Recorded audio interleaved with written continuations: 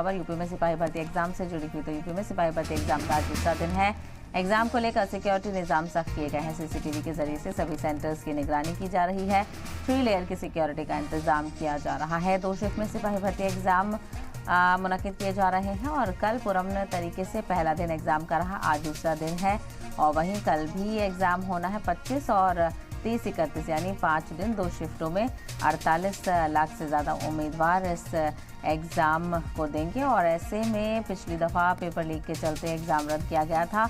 इसके चलते इस बार चौकसी बरती गई है और पहला दिन खासा पुरअमन रहा, खासा इंतज़ाम किए गए थे।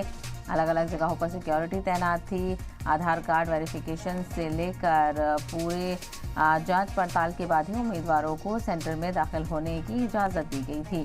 तो तस्वीर आप देख सकते हैं किस तरह से निज़ाम संभाला गया था। पुलिस ने भी मोर्चा संभाला हुआ था और पूरी चेकिंग के बाद ही उम्मीदवारों को अंदर दाखिल होने दिया गया।